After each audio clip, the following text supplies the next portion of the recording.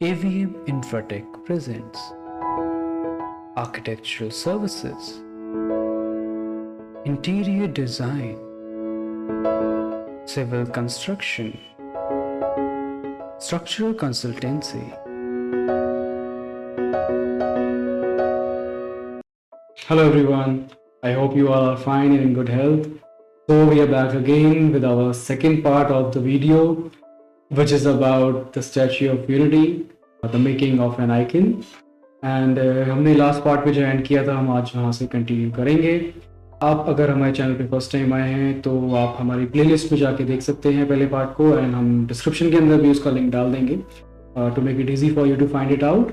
I just hope you will like this video. आपको अगर पसंद आए तो ज़रूर इसको लाइक करिएगा एंड शेयर करिएगा with your friends and family. हमारे चैनल को ज़रूर सब्सक्राइब करिएगा, उसको करना मत भूलिएगा, ताकि जब भी हमारी नेक्स्ट वीडियो आए तो आप सबको वो उसकी नोटिफिकेशन रिसीव हो जाए. So without wasting any further time, let's begin. So on our last video हमने इस एंड पे इसको छोड़ा था, building and engineering Marvel.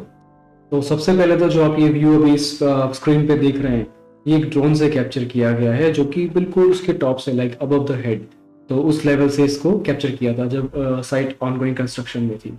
Like you can easily figure it out कि जो आपको ये स्पाइरल स्टेयरकेस दिख रहा है ना, that is actually in the head area, like on the shoulder level.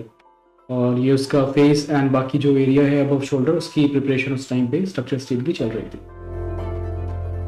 सो अब हम आपको ये बताएंगे कि how this statue and this project is an engineering Marvel. अब इसमें हो सकता है कि जो हमारी वीडियो इसमें थोड़ी टेक्निकल ज़्यादा रहेगी, एंड हमने कोशिश करी है कि उतना भी ज़्यादा हम टेक्निकलिटी में ना जाए कि हमारे सब व्यूअर्स इतना ज़्यादा टेक्निकल लैंग्वेज नहीं समझ पाएंगे. तो we try to keep it as minimum and as sufficient and efficient enough as we can do to make you understand project and why it is called an engineering marvel. So जब ये decide हो गया था, इसे हमने पिछले part में जो बताया था कि कहाँ पे सिचुएटेड है एंड किस जगह पे इसकी एनविजन की गई थी, and how much efforts it's been taken to decide कि स्टैचू आखिर कैसे होना चाहिए.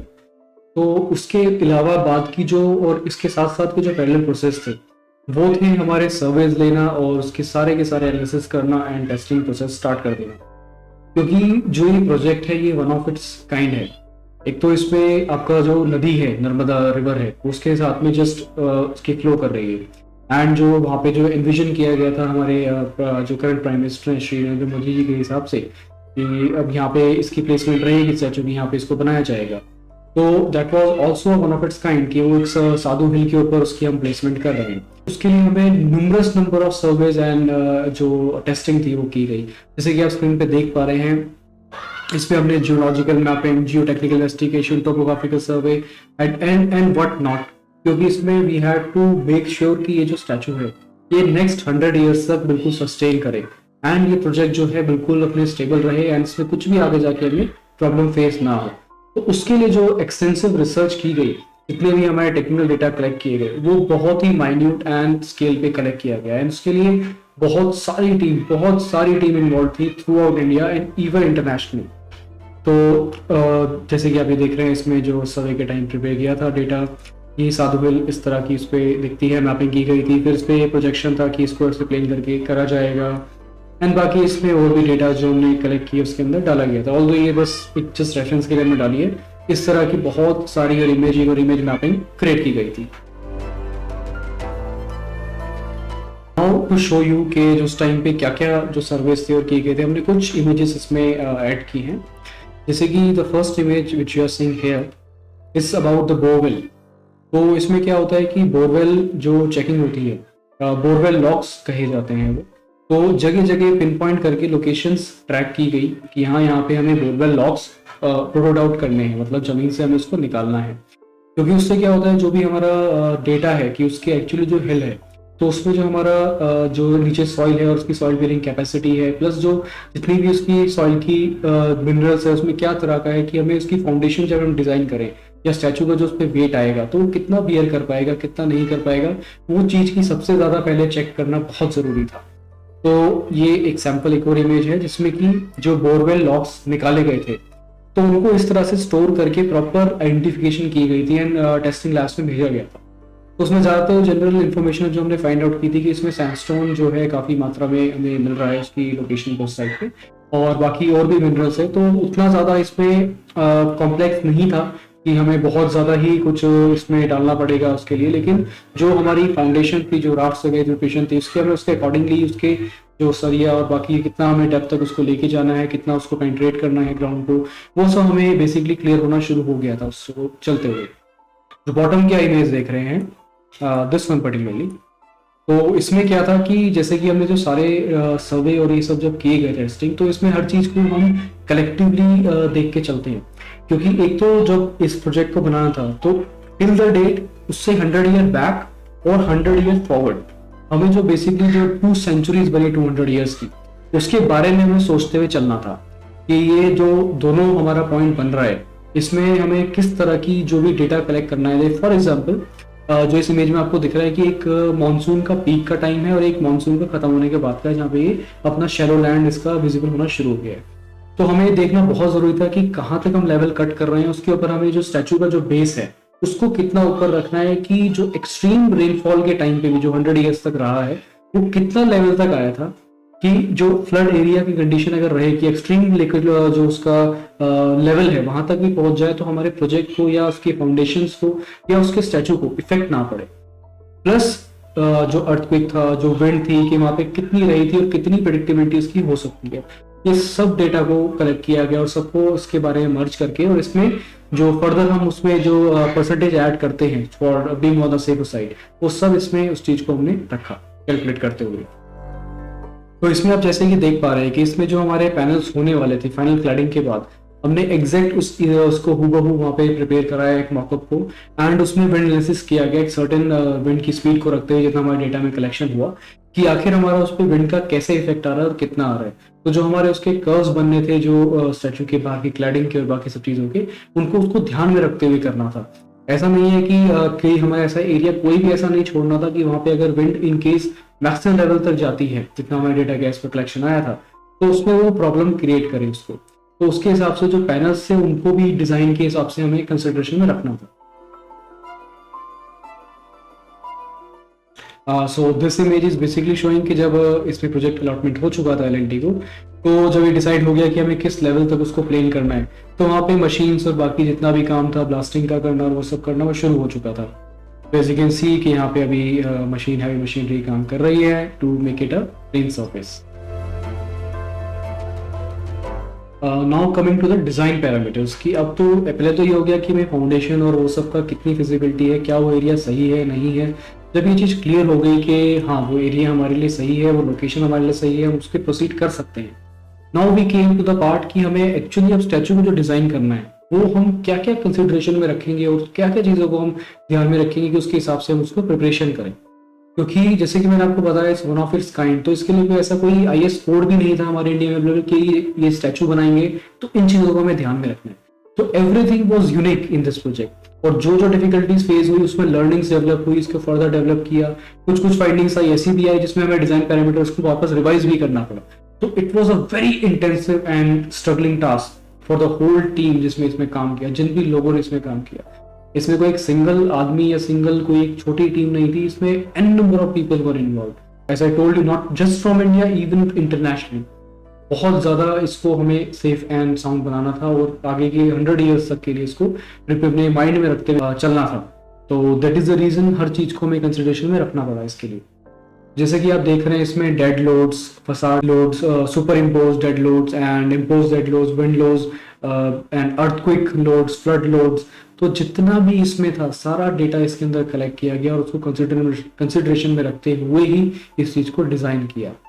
कि इवन जैसे कि आप देख रहे हैं 8 नंबर ब्लास्टिंग लोड, तो इवन ये तक प्रॉपर कंसिडरेशन में रखा गया है इसके लिए कि in case of any different activities, कि अगर कुछ in case of any blast happens in the like base area और some the other way around, तो it will not affect the statue.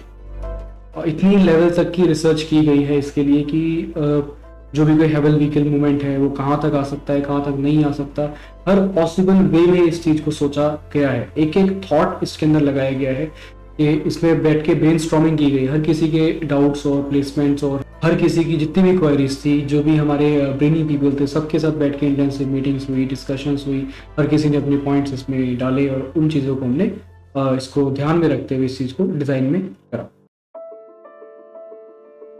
Now as you can see this part, इसमें क्या है, initially जब structural engineers को दिया गया इसको डिज़ाइन करने के लिए, तो they prepared one this basic sketch.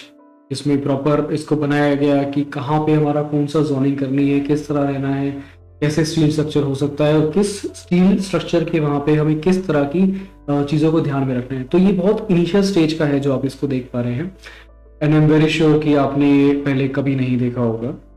तो इस तरह के न्यूमरस स्केच प्रिपेयर हुए इनिशियल स्टेज पे, देन उसको फर्दर सॉफ्टवेयर की मदद से हमने उसको फाइनल स्टेज पे निकाला।